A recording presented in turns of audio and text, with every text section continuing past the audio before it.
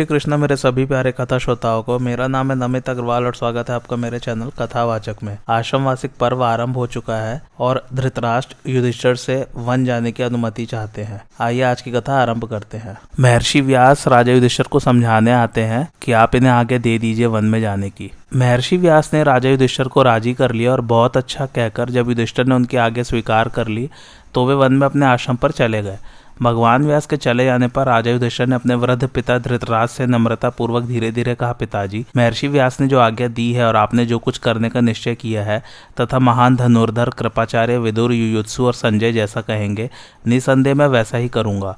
किंतु इस समय आपके चरणों में मस्तक झुकाकर प्रार्थना करता हूँ कि पहले भोजन कर लीजिए, फिर आश्रम को जाइएगा। तदंतर राजा युधिष्ठिर की अनुमति पाकर धृतराष्ट्र गांधारी के साथ अपने महल में पधारे। उनकी चलने की शक्ति क्षीण हो गई थी, वे बड़ी कठिनाई से कदम उठाते थे।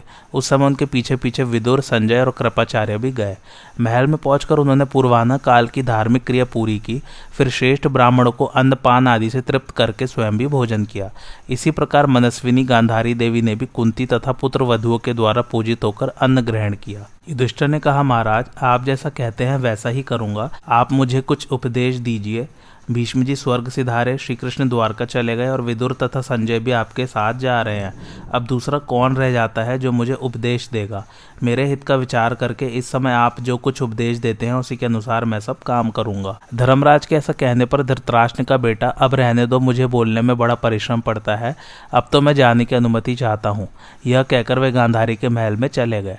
वहां जब वे आसन पर बैठे तो धर्मपरायणा गांधारी देवी ने उनसे पूछा, नाथ, महर्षि व्यास ने स्वयं आकर आपको वन जाने की आज्ञा दे दी है और युधिष्ठिर की भी अनुमति मिल गई, अब आप किस दिन वन को चलेंगे? धृतराष्ट्र ने कहा, गांधारी, अब वन चलने में अधिक विलंब नहीं है। मैं चाहता हूँ प्रजा को बुलाकर अपने मरे हुए पुत्रों के उद्देश्य से कुछ धन दान कर लूँ। यो कहकर धृतराष्ट्र ने धर्मराज युधिष्ठिर के पास अपना विचार कहला भेजा। युधिष्ठिर ने उनकी आज्ञा के अनुसार सब सामग्री जुटा दी। फिर राजा का संदेश पाकर कुरुजांगल देश के ब्राह्मण, क्षत्रिय, वैश्य और शूद्र वहां एकत्रित हुए। तदंतर महाराज धृतराष्ट्र अंतःपुर से बाहर निकले और वहां नगर तथा प्रांत की प्रजा को उपस्थित देखकर बोले, सज्जनों, आप और कौरव चिरकाल से एक साथ रहते आए हैं। कौरवों तथा आप में परस्पर घनिष्ठ स्नेह स्थापित हो गया है। आप दोनों सदा एक दूसरे के हित में परायण रहते हैं। इस समय मैं आप लोगों से कुछ निवेदन करना चाहता हूँ, आप उसे बिना विचारे स्वीकार करने की कृपा करें। मैंने गांधारी के साथ वन में जाने का निश्चय किया है। इसके लिए महर्षि व्यास और कुंती नंदन राजा युधिष्ठिर की भी अनुमति मिल गई है। अब आप लोग भी मुझे वन में जाने की आज्ञा दे, इसमें कुछ अन्यथा विचार न करें। हमारे साथ आप लोगों का जो यह प्रेम संबंध सदा से चला आ रहा है, ऐसा संबंध मेरी समझ में दूसरे देश के राजाओं के साथ वहाँ की प्रजा का शायद ही हो। अब बुढ़ापे ने मुझे और गांधारी को बहुत थका दिया है। इधर उपवास करने के कारण भी हम दोनों अधिक दुर्बल हो गए हैं। युधिष्ठिर के राज्य में मुझे बड़ा सुख मिला है। मैं समझता हूँ दुर्योधन के राज्य में भी कभी इतना सुख नहीं नसीब हुआ। एक तो मैं जन्म का अंधा हूँ, दूसरे बुढ़ापे ने मुझ पर अधिकार जमा लिया है। इस पर भी मेरे बेटे मारे गए हैं, उनका शोक कभी दूर नहीं होता। ऐसी दशा में वन में जाने के सिवा मेरे कल्याण का और क्या उपाय हो सकता है? इसलिए अब आप लोग मुझे जाने की आज्ञा दें। धृतराष्ट्र के इस प्रकार कहने पर नगर और प्रांत के रहने वाले सब लोग नेत्रों से आंसू बहाते हुए एक दूसरे का मुंह देखने लगे। किसी ने कोई उत्तर नहीं दिया। कुरुराज की करुणा भरी बातें सुनकर वहां एकत्रित हुए सब लोग दुपट्टों और हाथों से अपना अपना मुंह ढककर रोने लगे। अपनी संतान को विदा करते समय पिता और माता को जितना क्लेश होता है उतना ही क्लेश कुरुजांगल निवासी मनुष्यों को हुआ। वे शोक से संतप्त तो उठे और अपने सूने हृदय में धृतराष्ट्र के प्रवास जन्य दुख को धारण करके अचेत से हो गए। फिर धीरे धीरे उनके वियोग जनित क्लेश को कम करके उन सब ने आपस में बात करके अपनी अपनी राय जाहिर की। तदंतर एकमत होकर उन्होंने राजा की बात का उत्तर देने का भार एक ब्राह्मण पर रखा। वे ब्राह्मण देवता सदाचारी, सबके माननीय और अर्थ ज्ञान में निपुण थे। उनका नाम था सांब। वे ऋग्वेद के विद्वान, निर्भय होकर बोलने वाले और बुद्धिमान थे। उन्होंने उठकर महाराज को आदर देते और सारी सभा को प्रसन्न करते हुए इस प्रकार कहना आरंभ किया, राजन, यहाँ उपस्थित हुए सब लोगों ने अपना विचार प्रकट करने का सारा भार मुझ पर रखा है, इसलिए मैं ही इनकी बातें आपकी सेवा में निवेदन करूंगा। आप सुनने की कृपा करें। महाराज, आप जो कुछ कहते हैं वह सब ठीक है, उसमें असत्य का लेश भी नहीं है। निसंदेह हम में और आप में परस्पर घनिष्ठ स्नेह स्थापित हो चुका है। इस राजवंश में कभी कोई भी ऐसा राजा नहीं हुआ जो प्रजा का पालन करते समय सबका प्रिय न रहा हो। इनमें कोई छोटे से छोटा दोष भी नहीं दिखाई देता। इनके राज्य में आपके द्वारा सुरक्षित होकर हम सदा सुख से ही रहते आ रहे हैं। आपका या आपके पुत्र का कोई सूक्ष्म से सूक्ष्म अपराध भी हमारे देखने में नहीं आया। महाभारत युद्ध में जो जाति भाइयों का संहार हुआ है और उसके विषय में जो आपने दुर्योधन के अपराध की चर्चा की है, इसके संबंध में भी मैं आपसे कुछ निवेदन करना चाहता हूँ। कौरवों के मारे जाने में न दुर्योधन का हाथ है न आपका। कर्ण और शकुनी ने भी कुछ नहीं किया है। हमारी समझ में तो यह दैव का विधान है जिसे कोई टाल नहीं सकता था। पुरुषार्थ से दैव को मिटाना असंभव है। उस युद्ध में 18 क्षौहिणी सेनाएं एकत्रित हुई थी, किंतु भीष्म, द्रोणाचार्य, कर्ण और कृपाचार्य आदि कौरव पक्ष के प्रधान योद्धाओं ने तथा सात्यकी, धृष्टद्युम्न, भीमसेन, अर्जुन, नकुल और सहदेव आदि पांडव पक्ष के वीरों ने 18 दिनों में ही सबका संहार कर डाला। ऐसा विकट संहार दैवी शक्ति के बिना कदापि नहीं हो सकता था। अतः उन राजाओं के वध में आपके पुत्र दुर्योधन, आपके सेवक महावीर कर्ण तथा शकुनी भी कारण नहीं है। उस समय जो हजारों राजा मौत के घाट उतारे गए वह सब दैव की ही करतूत समझिए। इस विषय में दूसरा कोई क्या कह सकता है। आपका प्रजा के साथ जो स्नेह था उसे युधिष्ठिर ने और भी बढ़ा दिया है। नगर और प्रांत के लोग कभी उनकी अवहेलना नहीं कर सकते। इसलिए महाराज, आप युधिष्ठिर के विषय की चिंता तो छोड़ दीजिए और अपने धार्मिक कार्यों के अनुष्ठान में लग जाइए। आपको समस्त प्रजा का नमस्कार है। सांब के धर्मानुकूल और गुणयुक्त वचन सुनकर समस्त प्रजाओं ने साधुवाद देने लगी तथा सबने उनकी बात का अनुमोदन किया। धृतराष्ट्र ने भी बारंबार सांब के वचनों की सराहना की और सब लोगों से सम्मानित होकर धीरे धीरे सबको विदा कर दिया।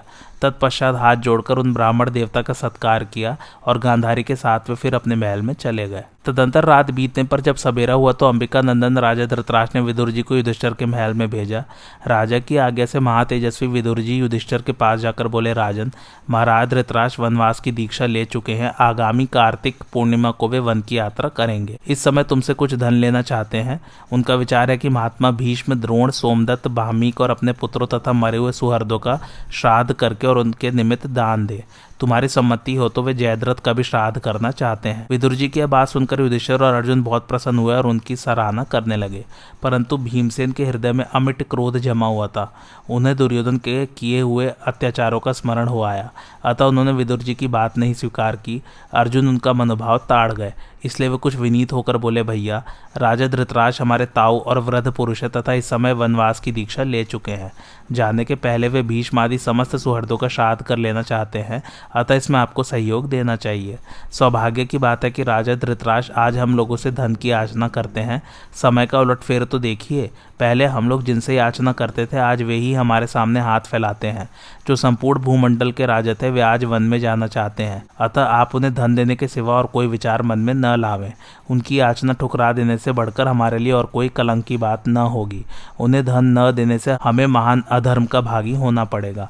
आप राजा युधिष्ठिर के बर्ताव से शिक्षा ग्रहण करें, क्योंकि बड़ा भाई ईश्वर के समान होता है। अर्जुन की बात सुनकर धर्मराज ने उनकी भूरी भूरी प्रशंसा की। तब भीमसेन ने क्रोध में भरकर कहा, अर्जुन, हम लोग स्वयं ही महात्मा भीष्म, राजा सोमदत्त, भूरिश्रवा, राजर्षि वाल्मीकि, महात्मा द्रोणाचार्य तथा अन्य सब सगे संबंधियों का श्राद्ध करेंगे। हमारी माता कुंती कर्ण को पिंडदान कर लेगी। राजा धृतराष्ट्र को इसके लिए धन देने की आवश्यकता नहीं है। वे उपर्युक्त महानुभावों का श्राद्ध न करें, यही मेरा विचार है। क्या तुम उनकी करतूतें भूल गए? वे ही हमारे कुल में आग लगाने वाले हैं। उनकी बुद्धि इतनी खोटी है कि कपट द्युत आरंभ कराकर वे विदुर जी से बार बार पूछते थे कि इस दाव में हम लोगों ने कितना जीता है। भीम को ऐसी बातें करते देख बुद्धिमान राजा युधिष्ठिर ने डांट कर कहा, चुप रहो।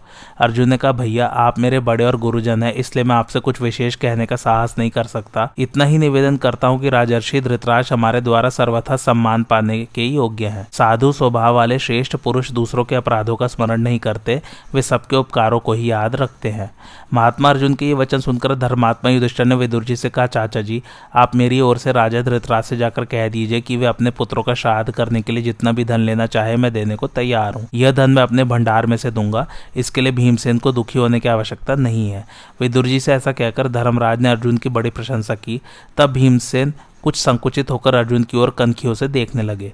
यह देख राजा युधिष्ठिर पुनः विदुर जी से कहने लगे, आप राजा धृतराष्ट्र से यह भी कहिएगा कि भीमसेन पर वनवास के दुखों का विशेष प्रभाव पड़ा है, इसलिए ये ढावस जो कुछ कहते या करते हैं उसका वे ख्याल न करें। मेरे और अर्जुन के भवन में जितनी संपत्ति है उसके मालिक महाराज ही हैं।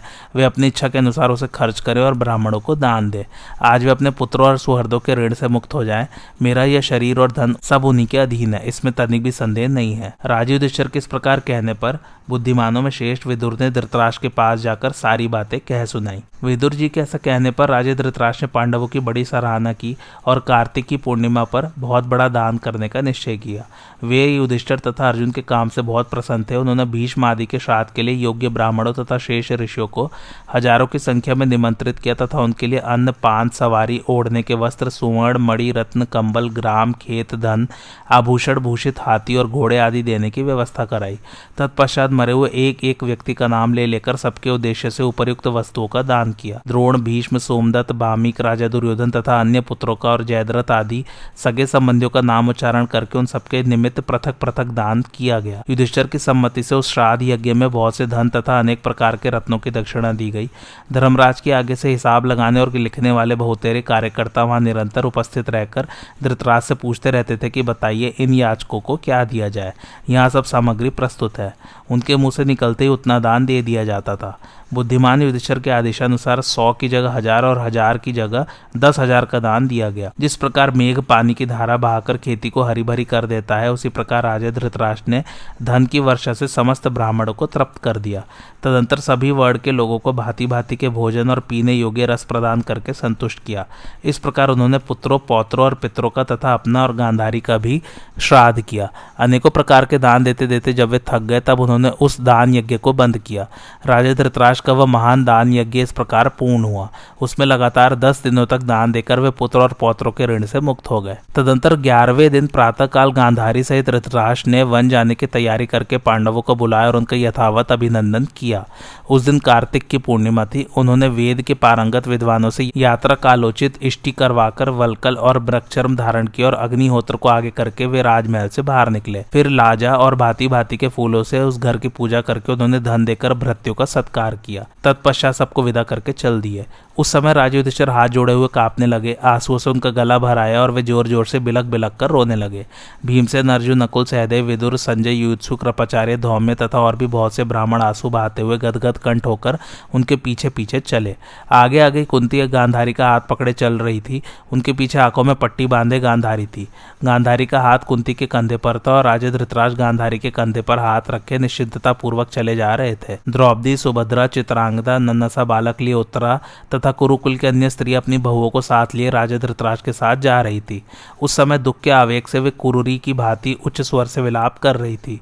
उनके रोने की आवाज सुनकर चारों ओर से ब्राह्मण, क्षत्रिय, वैश्य और शूद्रों की स्त्रियां भी घर छोड़कर बाहर निकल आई। जिन रमणियों ने कभी बाहर आकर सूर्य और चंद्रमा तक को नहीं देखा था, वे ही कौरवराज धृतराष्ट्र के वन में प्रस्थान करते समय शोक से व्याकुल होकर खुली सड़क पर आ गई थी।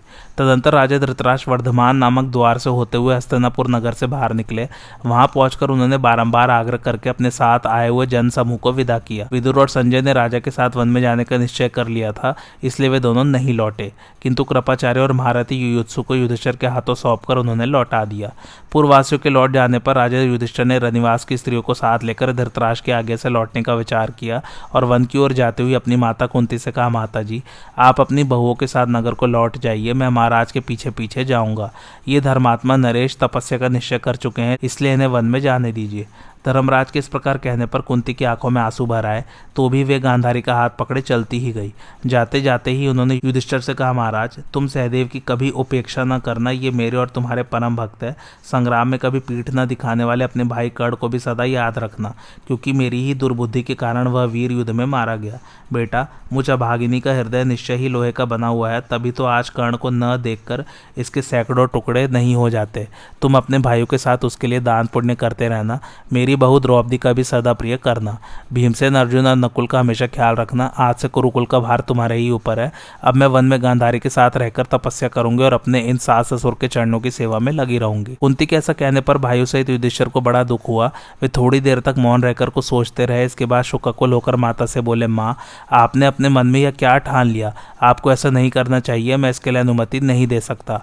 हम लोगों पर कृपा करके लौट चलिए। पहले आपने ही विदुला के वचनों से हमें क्षत्रिय धर्म के पालन के लिए उत्साहित किया था।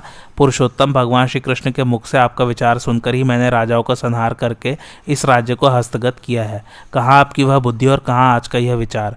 हमें क्षत्रिय धर्म पर स्थित रहने का उपदेश देकर आप स्वयं उससे गिरना चाहती हैं। भला हमको अपनी इस बहू को और इस राज्य को छोड़कर आप उस दुर्गंध वन में कैसे रह सकेंगी? अतः हमारे ऊपर कृपा कीजिए। अपने पुत्र के ये अश्रु गदगद वचन सुनकर कुंती के नेत्रों में भी आंसू उमड़ आए, तो भी वे रुक न सकी, आगे बढ़ती ही गई। तब भीमसेन ने कहा, माता जी, जब पुत्रों के जीते हुए इस राज्य को भोगने का अवसर आया और राजधर्मों के पालन की सुविधा प्राप्त हुई तो आपकी बुद्धि कैसे बदल गई? क्या कारण है कि आप हमें छोड़कर वन को जाना चाहती हैं? जब वन में ही रहना था तो बालक अवस्था में हम लोगों को और दुख शोक में डूबे हुए इन माद्री कुमारों को अपना घर में क्यों ले आई? माँ, हम लोगों पर प्रसन्न हुई और बलपूर्वक प्राप्त की हुई राजा युधिष्ठिर की राज्य लक्ष्मी का उपभोग कीजिए। यह सुनकर भी कुंती वनवास के निश्चय से विचलित न हुई। उनके पुत्र नाना प्रकार से विलाप करते रहे, किंतु उन्होंने उनकी बात नहीं मानी। सास को इस प्रकार वनवास के लिए जाती देख द्रौपदी का भी मुंह उदास हो गया और वह सुभद्रा के साथ रोती हुई कुंती के पीछे पीछे जाने लगी। कुंती की बुद्धि बड़ी ही ऊंची थी। वे वनवास का निश्चय कर चुकी थी, इसलिए अपने रोते हुए पुत्रों की ओर बारंबार देखकर भी वे टस से मस न हुई, आगे बढ़ती ही चली गई। पांडव भी अपने सेवकों और अंतपुर की स्त्रियों के साथ उनके पीछे पीछे जाने लगे। यह देख कुंती देवी आंसू पोंछकर अपने पुत्रों से बोली, महाभाव, तुम्हारा कहना ठीक है। पूर्व काल में तुम नाना प्रकार के कष्ट उठा रहे थे, इसलिए मैंने तुम्हें युद्ध के लिए उत्साहित किया था। जुए में तुम्हारा राज्य छीन लिया गया था, तुम सुख से भ्रष्ट हो चुके थे और तुम्हारे ही बंधु बांधव तुम्हारा तिरस्कार करते थे, इसलिए मैंने तुम्हें युद्ध के लिए उत्साह प्रदान किया था। पांडु की संतान किसी तरह नष्ट होने से बच जाए और तुम सब भाइयों के सुयश का नाश न होने पावे, इस उद्देश्य से ही मैंने तुम्हें युद्ध के लिए उकसाया था। उसमें मेरा कोई व्यक्तिगत स्वार्थ नहीं था। मैं अपने स्वामी महाराज पांडु के विशाल राज्य का सुख भोग चुकी हूँ, बड़े बड़े दान और विधिवत सोमपान भी कर चुकी हूँ। मैंने अपने लाभ के लिए श्री कृष्ण को प्रेरित नहीं किया था।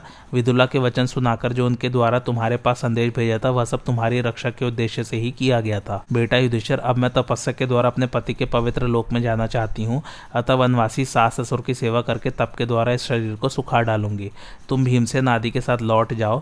मैं आशीर्वाद देती हूँ, तुम्हारी बुद्धि धर्म में लगी रहे और तुम्हारा हृदय अत्यंत उदार हो। राजा धृतराष्ट्र ने उस दिन बहुत दूर तक यात्रा करने के पश्चात गंगा के तट पर निवास किया।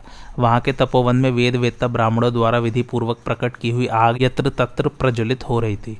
वृद्ध राजा धृतराष्ट्र ने भी अग्नि को प्रकट किया और उसकी विधिवत आराधना करके उसमें आहुति डाली। फिर सूर्यदेव को संध्या के समय अस्त होते देख उनका उपस्थान किया। इसके बाद विदुर और संजय ने राजा के लिए कुशों की शैया बिछा दी। उनके पास ही गांधारी के लिए भी एक पृथक आसन लगा दिया। उत्तम व्रतों का पालन करने वाली कुंती भी गांधारी के निकट कुशासन के ऊपर सोई और उसी में उन्होंने सुख माना। विदुर आदि भी राजा से उतनी ही दूर पर सोए जहां से उनकी आवाज सुनाई दे सके।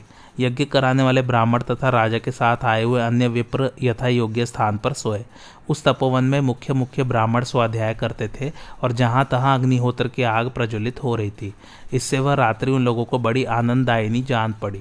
रात बीत जाने पर प्रातःकाल उठकर सब लोगों ने पूर्वाह्न काल की क्रिया पूरी की और विधि पूर्वक अग्निहोत्र करके सबके सब उत्तर दिशा की ओर क्रमशः आगे बढ़े।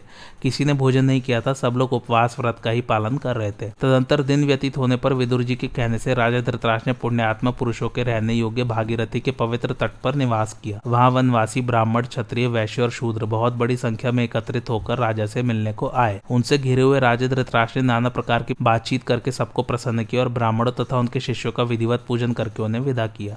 तत्पश्चात सायकाल में राजा तथा यशस्विनी गांधारी देवी ने गंगा जी के जल में प्रवेश करके विधिवत स्नान किया और विदुर आदि अन्य सब लोगों ने भी गंगा के भिन्न भिन्न घाटों पर डुबकी लगाकर संध्योपासन आदि समस्त शुभ क्रियाएं पूर्ण की। स्नान आदि कर लेने के पश्चात अपने बूढ़े ससुर धृतराष्ट्र और गांधारी देवी को कुंती देवी गंगा के किनारे ले आई। वहां यज्ञ कराने वाले ब्राह्मणों ने राजा के लिए एक वेदी तैयार की, जिस पर अग्नि की स्थापना करके उन्होंने विधिवत अग्निहोत्र किया। इस प्रकार नित्य कर्म से निवृत्त होकर राजा धृतराष्ट्र इंद्रिय संयम पूर्वक नियमों का पालन करते हुए अपने अनुयायियों सहित गंगा तट से चलकर कुरुक्षेत्र में जा पहुंचे और वहां एक आश्रम पर जाकर राजर्षि शतयुप से मिले। वे राजर्षि पहले केकई देश के राजा थे। अपने पुत्र को राज्य सिंहासन पर बिठाकर स्वयं वन में चले गए थे। धृतराष्ट्र उन्हें साथ लेकर महर्षि व्यास के आश्रम पर गए और वहां उन्होंने व्यास जी की विधिवत पूजा की। तत्पश्चात उनसे वनवास की दीक्षा लेकर वे शतयुप के आश्रम पर ही आकर रहने लगे। महामती राजा शतयुप ने व्यास जी के आगे से धृतराष्ट्र को वन में रहने की संपूर्ण विधि बतला दी। अब महामना धृतराष्ट्र स्वयं भी तप करने लगे और अपने अनुचरों को भी तपस्या में लगा दिया। गांधारी देवी भी कुंती के साथ वल्कल और मृगछाला धारण कर धृतराष्ट्र के समान समान ही व्रत का पालन करने लगी। दोनों स्त्रियां इंद्रियों को अपने अधीन करके मन, वाणी, कर्म तथा नेत्रों के द्वारा भी कठोर तपस्या करने लगी। राजा धृतराष्ट्र के शरीर का मांस सूख गया। वे अस्थि चर्मावशिष्ट होकर मस्तक पर जटा और शरीर पर मृगछाला तथा वल्कल धारण किए महर्षियों की भांति तीव्र तपस्या में प्रवृत्त हो गए। उनके चित्त का संपूर्ण मोह दूर हो गया था। धर्म और अर्थ के ज्ञाता तथा उत्तम बुद्धि वाले विदुर जी भी संजय सहित वल्कल और चीर वस्त्र धारण किए गांधारी और धृतराष्ट्र की सेवा में लगे रहते तथा मन को वश में करके दुर्बल शरीर से घोर तपस्या किया करते थे। तदंतर राजा धृतराष्ट्र से मिलने के लिए नारद, पर्वत, महातपस्वी देवल, शिष्यों सहित महर्षि व्यास जी तथा अन्य सिद्ध महर्षि वहां आए। परम धार्मिक राजर्षि शत्यु भी उनके साथ पधारे थे। कुंती देवी ने उन सबका विधिवत स्वागत सत्कार किया और वे ऋषि भी कुंती की सेवा और तपस्या से बहुत संतुष्ट हुए। उन्होंने राजा धृतराष्ट्र का मन लगाने के लिए अनेकों धार्मिक कथाएं सुनाई। सब कुछ प्रत्यक्ष देखने वाले देवर्षि नारद ने किसी कथा के प्रसंग में यो कहना आरंभ किया। तपस्या पूर्ण होने पर तुम अद्भुत तेज से संपन्न होकर गांधारी के साथ उपर्युक्त महात्माओं की ही गति को प्राप्त करोगे। राजा पांडु स्वर्ग में इंद्र के पास रहकर सदा तुम्हारा स्मरण किया करते हैं। वे अवश्य तुम्हारा कल्याण करेंगे। तुम्हारी और गांधारी की सेवा करने से तुम्हारी यशस्विनी वधु कुंती भी अपने पति के लोक में पहुंच जाएगी। यह युधिष्ठिर की जननी है और युधिष्ठिर सनातन धर्म के साक्षात स्वरूप है। अतः इसकी सदगति में तनिक भी संदेह नहीं है। यह सब हम दिव्य दृष्टि से देख रहे हैं। विदुर जी महात्मा युधिष्ठिर के शरीर में प्रवेश करेंगे और संजय उन्हीं का चिंतन करने के कारण यहाँ से सीधे स्वर्ग को जाएंगे। यह सुनकर महात्मा राजा धृतराष्ट्र अपनी पत्नी के साथ बहुत प्रसन्न हुए। उन्होंने नारद जी के वचनों की प्रशंसा करके उनकी विशेष पूजा की। तदंतर समस्त ब्राह्मणों ने अत्यंत प्रसन्न होकर नारद जी का बहुत ही आदर सत्कार किया।